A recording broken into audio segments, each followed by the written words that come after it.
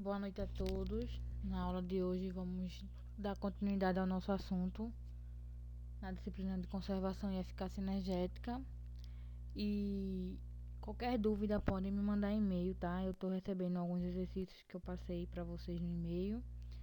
Depois eu vou confirmar o recebimento. Mas bom, vamos voltar aqui para nossa aula. E na aula de hoje vamos falar sobre tarifação da energia elétrica. Nós vimos nas duas aulas anteriores sobre o sistema elétrico brasileiro, como é que ele se comporta, como é que ele é dividido. Depois nós vimos a questão de alguns conceitos, como demanda, demanda contratada, demanda faturável, demanda medida. E para dar continuidade, né, vimos também a questão do período seco, hora de ponta, essas coisas tudo. Vocês precisam ter entendimento. Se tiverem alguma dúvida, podem me contatar ou entrar em contato por e-mail, que eu estou aqui para tirar dúvida e ajudar vocês enquanto possível estivermos assim tendo essa comunicação online, né? Bom, para dar início à nossa aula de hoje, vamos falar um pouco sobre a tensão do fornecimento. As unidades consumidoras elas são divididas em grupos, distinguindo-se um do outro pelo nível de tensão do fornecimento. E aqui nessa tabela nós podemos observar que a tensão de fornecimento tem para tensão secundária de distribuição, primária de distribuição e primária de distribuição menor que 69 e maior ou igual que 69. E qual vai ser a tensão que a gente vai receber? Isso vai depender da carga instalada que você tiver.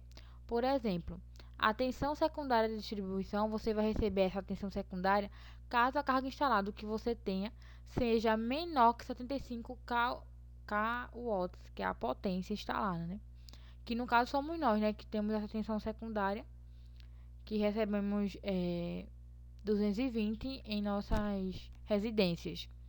Já a tensão primária de distribuição, ela se divide da seguinte maneira: menor que 69, se a carga instalada for maior que 75 kW e a demanda, né, agora que entra a demanda, for menor que 2.500 kW.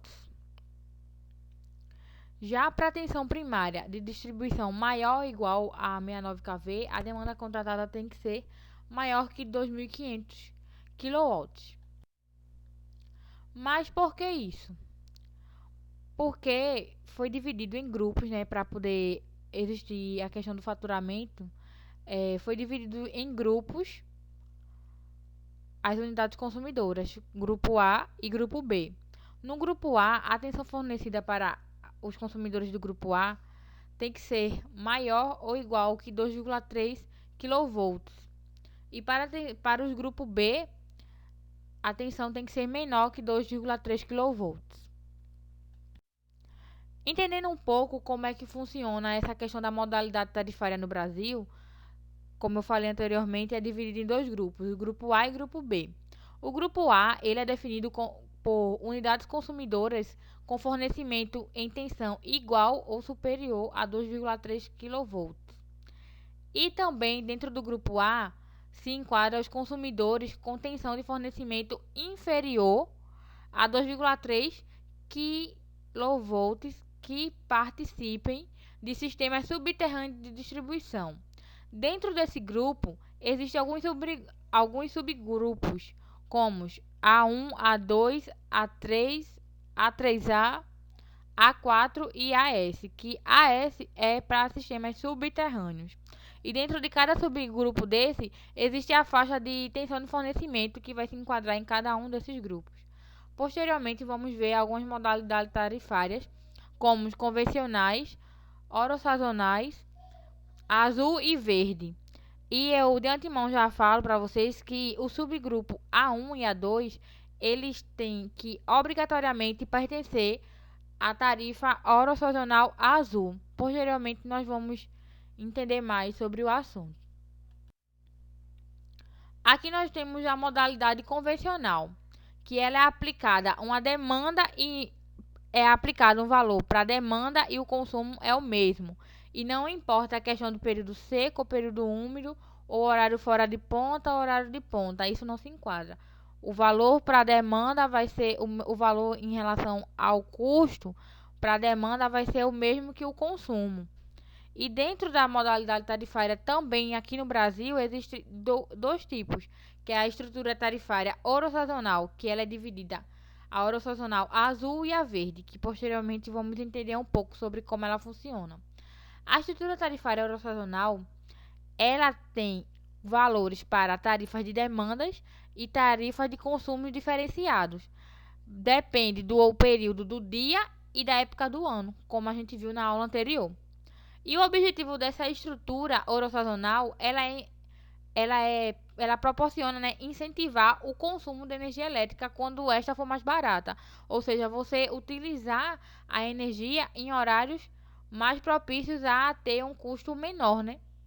Existe outro tipo de tabela também, que é a tarifa branca, que posteriormente a gente vai entender um pouco sobre o assunto. Aqui nós temos, falando um pouco sobre a estrutura oro-sazonal verde. Como é que a gente define esse tipo de estrutura tarifária? Ela é uma tarifa diferenciada, pois tem um consumo, pois trata-se de ter uma tarifa diferenciada para o consumo e uma tarifa única de demanda. Já na azul a gente vai ver que já a demanda vai ser diferente. Aqui nós temos que a demanda tem um valor único, independentemente do horário ou do período, e o consumo para cada período e para cada horário são valores diferentes. Lembrando, como eu falei na aula anterior, que horário de ponta e período seco faz com que a energia se torne mais cara. Então, de todas essas formas, dessas quatro formas aqui que tem de consumo de energia, o que é mais caro é a questão do quando o consumo de energia for dentro de horário de ponta e o período seco. E lembrando que esse tipo de estrutura, ela atende consumidores com tensão inferior a 69 kV. Então, aquele pessoal do grupo A3, A4, A3A, AS, eles entram dentro da... Eles podem optar pela tarifa oro-sazonal verde. Já aqui nós temos a tarifa oro-sazonal azul. E nessa tarifa, ela é aplicada obrigatoriamente aos consumidores que possuam tensão de fornecimento maior ou igual a 69 kV. E dentro dessa tarifa azul, a demanda de potência, o valor, né, é diferente, tanto para o horário de ponta quanto o horário fora de ponta. Já o consumo, ele se enquadra da mesma forma que dentro da tarifa verde. Bom, pessoal, a aula de hoje foi essa. Posteriormente, né, na próxima aula, eu vou estar complementando este assunto, para não ficar um vídeo tão extenso.